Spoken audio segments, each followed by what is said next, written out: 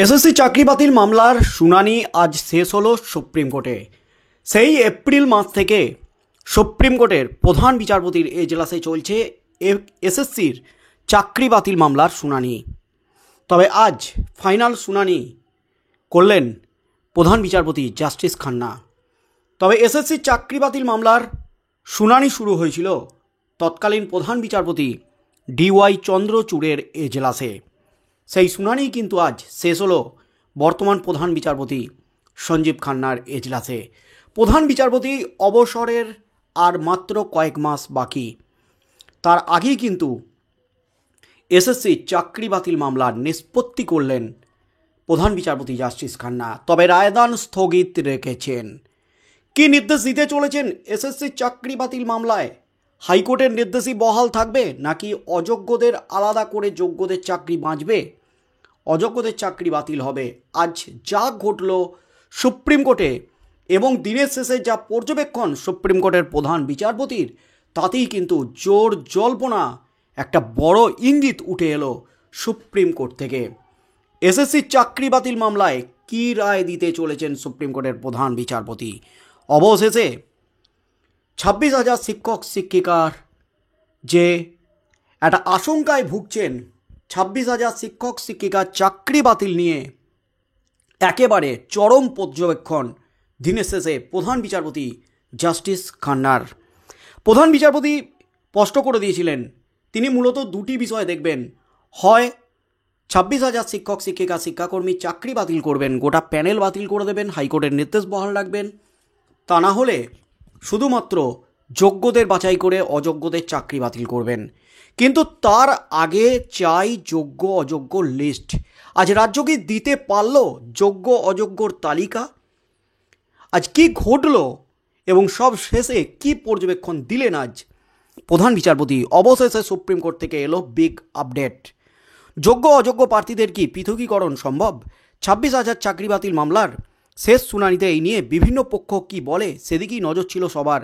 আর সোমবার মামলার শেষ শুনানিতে সুপ্রিম কোর্টে সিবিআইয়ের আইনজীবী সওয়ালে আশার আলো দেখছেন আন্দোলনরত শিক্ষক শিক্ষিকারা। যদিও এদিন শুনানি শেষ হলেও রায়দান স্থগিত রেখেছে শীর্ষ আদালত। 26,000 চাকরি বাতিল মামলায় এদিন শেষ শুনানি হয়। সুপ্রিম কোর্টের প্রধান বিচারপতি সঞ্জীব খান্না এবং বিচারপতি সঞ্জয় কুমারের বেঞ্চ প্রায় 2 ঘন্টা ধরে শুনানি করে। গত 27 জানুয়ারি শুনানির সময় প্রধান বিচারপতি জানিয়েছিলেন 10ই ফেব্রুয়ারি এই মামলার শেষ শুনানি হবে। যোগ্য অযোগ্য প্রার্থী পৃথকীকরণ সম্ভব না হলে 2016 সালের পুরো প্যানেল বাতিল করা হবে। এদিন মামলা শুনানিতে সিবিআইয়ের আইনজীবী বলেন, নায়সা আমাদের জানায় যে কোনো ডেটা নেই। তারপর আমরা ডেটা স্ক্যানটেক থেকে ডেটা সংগ্রহ করি। এরপর আমরা পঙ্কজ বনশালের নায়সার প্রাক্তন কর্তার কাছ থেকে ডেটা সংগ্রহ করি। দুটো ডেটাকে মিলিয়ে দেখি। ডেটা স্ক্যানটেক যারা ওএমআর উত্তরপত্র স্ক্যানিংয়ে যুক্ত ছিল তাদের থেকে পাওয়া হার্ড ডিস্ক ও পঙ্কজ বনশালের কাছ থেকে পাওয়া 3টি হার্ড ডিস্কের হ্যাশ ভ্যালু মিলে গেছে বলে সিবিআই আইনজীবী জানান।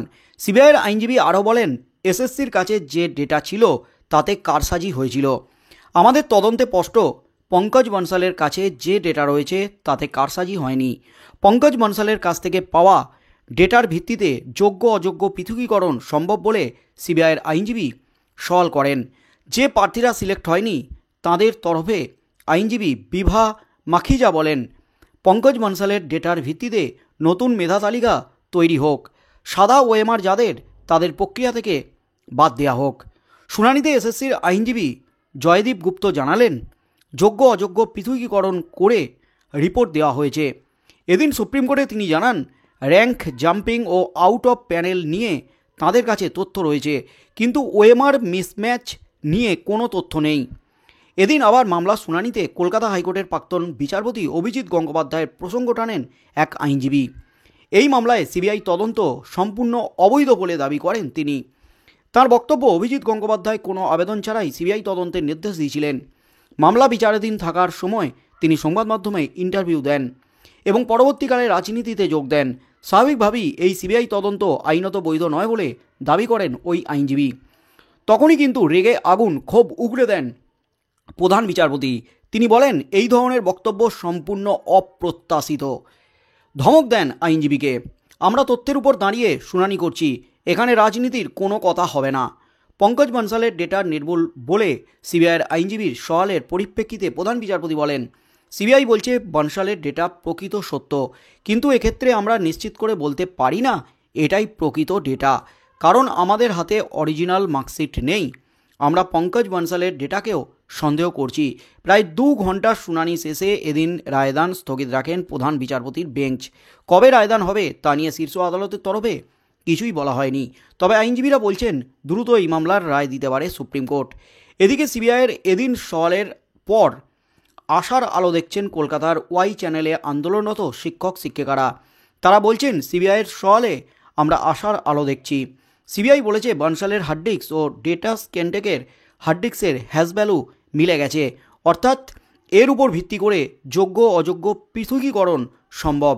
এখন সুপ্রিম কোর্ট কী রায় দেয় সেদিকেই তাকিয়ে সমস্ত চাকরি বাতিল হওয়া শিক্ষক শিক্ষিকা শিক্ষাকর্মীরা, 26,000 শিক্ষক শিক্ষিকা শিক্ষাকর্মীর ভবিষ্যৎ কি হতে চলেছে।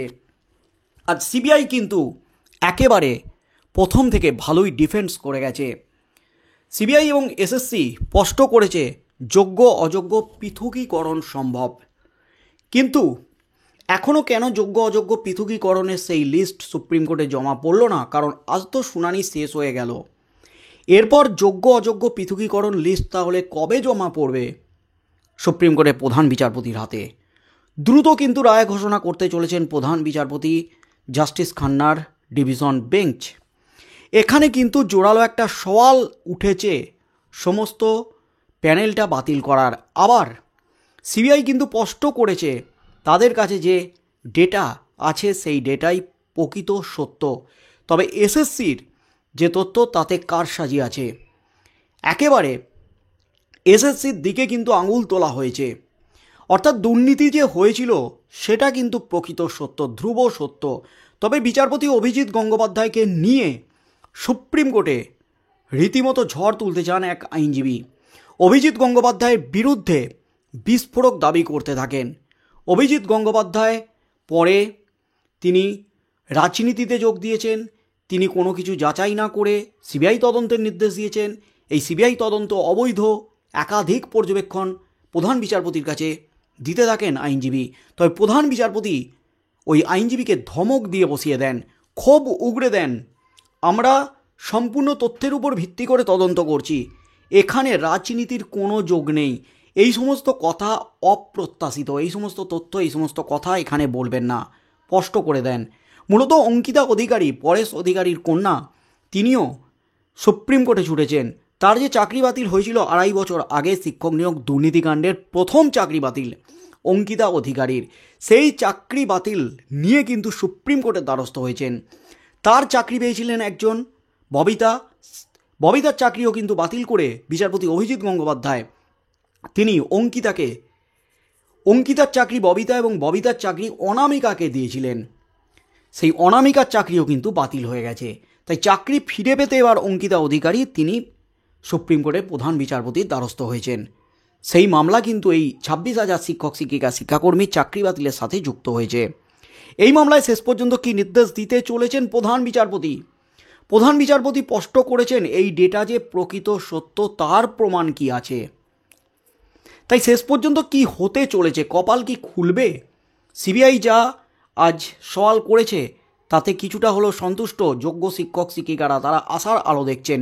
তবে প্রথম দিকে সিবিআই কিন্তু স্পষ্ট করেছে, হাইকোর্ট প্রকৃত রায় দিয়েছে, দুর্নীতি হয়েছে, সাদা খাতায় চাকরি হয়েছে, সমস্ত নিয়োগ প্রক্রিয়া প্যানেল বাতিল করাই উচিত। তবে শেষের দিকে সিবিআই কিন্তু অনেক তথ্য সামনে এনেছে, তাদের তদন্তে কী কী তথ্য পেয়েছে। তাই এর উপর ভিত্তি করে কি নির্দেশ দেন প্রধান বিচারপতি, নাকি শুনানির দিন আরও বৃদ্ধি করবেন যোগ্য অযোগ্যদের লিস্ট জমা দেওয়ার জন্য? কি হতে চলেছে আগামী দিনে সেদিকেই চোখ থাকবে গোটা রাজ্যের।